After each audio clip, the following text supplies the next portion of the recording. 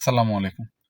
আসলে প্রত্যাশার চাপটা কিন্তু অনেক সময় আমাদের কাঙ্ক্ষিত ফলাফল থেকে নিজেদেরকে দূরে সরিয়ে দেয়। সেটা কিরকম?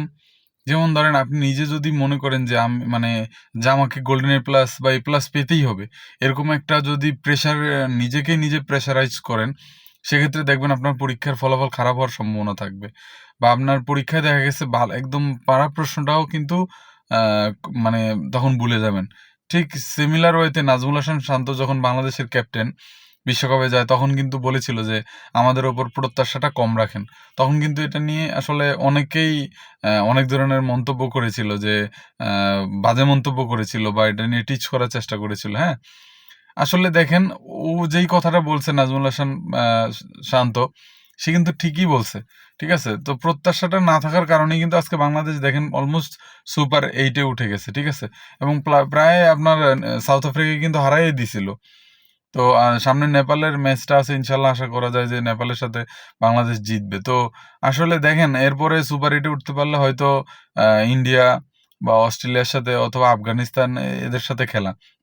তো আমার কাছে যেটা মনে হয় যে প্রত্যাশা যদি কম থাকে সেক্ষেত্রে আমার মনে হয় যে বাংলাদেশ ওইখানেও হয়তো একটা ভালো কিছু করতে পারে। আর ওয়েস্ট ইন্ডিজটা কিন্তু মূলত ওদের কন্ডিশনটা অনেকটা বাংলাদেশের মতোই। ঠিক আছে? তো আসলে প্রত্যাশাটা যখন আপনি কম করবেন, তখন আপনি যেই জিনিসটাই পাবেন, সেটাতেই আপনার কাছে একটা আত্মতৃপ্তি লাগবে। আর প্রত্যাশাটা কম থাকলে তখন আপনার উপর প্রেশারটাও কম থাকে, অনেক কম থাকে।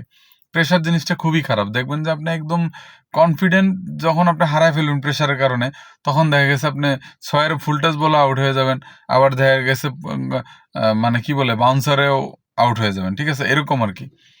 তো এজন্য প্রত্যাশাটা আসলে সবসময় কম রাখা উচিত। সেম গোস টু আমাদের জীবন। আমাদের জীবনের ক্ষেত্রেও যদি প্রত্যাশাটা কম রাখেন, তখন আপনার প্রাপ্তিটাও ভালো লাগবে, বেশি মনে হবে। প্রত্যাশা যত কম, প্রাপ্তি ঠিক ততটাই বেশি মনে হবে। আর যখন আপনার প্রত্যাশার পারদটা অনেক উপরে আকাশচুম্বী রাখবেন, তখন দেখবেন যে আপনার প্রাপ্তিটা খুবই কম। আপনার নিজের কাছে তখন মনে হবে এই পেলাম না, ওই পেলাম না, এটা করলাম না, ওইটা করলাম পাইলাম না। আহা! এটা করলে বোধহয় ভালো হইতো, ওইটা পাইলে ভালো হইতো। ঠিক আছে? তো এজন্য সবসময় আসলে প্রত্যাশাটা নিজের কম রাখতে হবে। আর আ তাহলে কিন্তু আপনার প্রাপ্তিটাও অনেক বড় মনে হবে। ঠিক আছে? তো সবাই ভালো থাকবেন। আজকে এই পর্যন্তই। আসসালামু আলাইকুম।